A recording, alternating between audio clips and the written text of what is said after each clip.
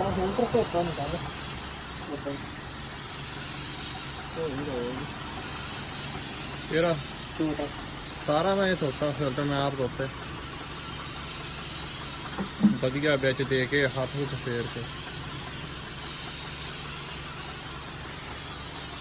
ਹੁਣ ਪੈ ਗਿਆ ਹੋਣਾ ਜੋ ਤੁਸੀਂ ਹੁਣ ਨਹੀਂ ਕੀਤਾ।